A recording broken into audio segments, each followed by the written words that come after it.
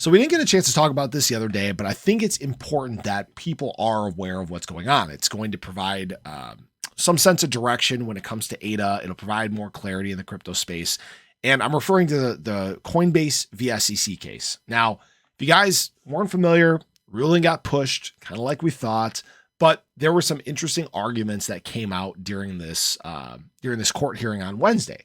So the interesting thing is that both the SEC and Coinbase actually agreed that the tokens themselves aren't security. That's a huge concession. The tokens, not securities themselves. That's great. Now, what the SEC is trying to argue is that each trade amounted to an investor buying into a token ecosystem in which the purchaser is hoping to share in its gains. And as long as a single one of those transactions could be considered an investment contract, Coinbase has broken securities laws. Now, here's the thing. The SEC is sure making some big assumptions here. Apparently they're Miss Cleo and they can read people's minds. And the problem is when you assume, you make an ass out of you and me. And the Coinbase, the SEC is surely making asses of themselves. They've done it time and time again. Now, the argument that the Coinbase's representation is giving is that an investment contract, which is one of the prongs of the Howey test, it actually requires a contractual obligation to be in place between the token issuer and the buyer. There has to be a statement that is meant to convey an enforceable promise. If you don't have that, you don't have a contract. And that could be written, that could be verbal. And this is something that has been ruled on before. If you guys remember in the Ripple v. SEC case, Judge Torres said that tokens sold on secondary exchanges do not constitute an investment contract. And the reason why is because of anonymity.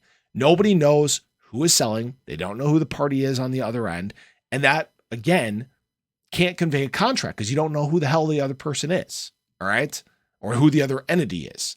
And that, I think, is a big deal here. What he said is he called this a pure question of law, all right? So why this is important is many of these assets have felt a little bit of pain because of the pushback from the SEC. I'm talking ADA, Matic, Solana. Solana is obviously pumped for some other reasons that I've talked about in other videos, but all these ones that have been alleged as securities that aren't actually securities are being impacted by the SEC's just blind ambition to bring down crypto.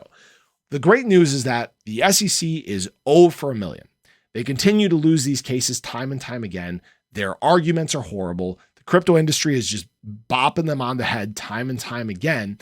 And now that institutional investors are getting into Bitcoin, getting into the crypto industry, I think that the SEC is going to have to back off at some point. This is huge for something like ADA. It allows us to continue with business as usual.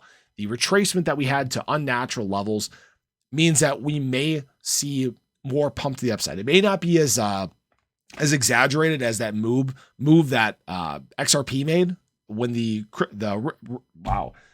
early rulings came out from the Ripple v. SEC case, but it provides the potential for, again, movement to the upside, again, opening the door to people that may be sitting on the sideline just kind of waiting right now. That's where you kind of see this impact.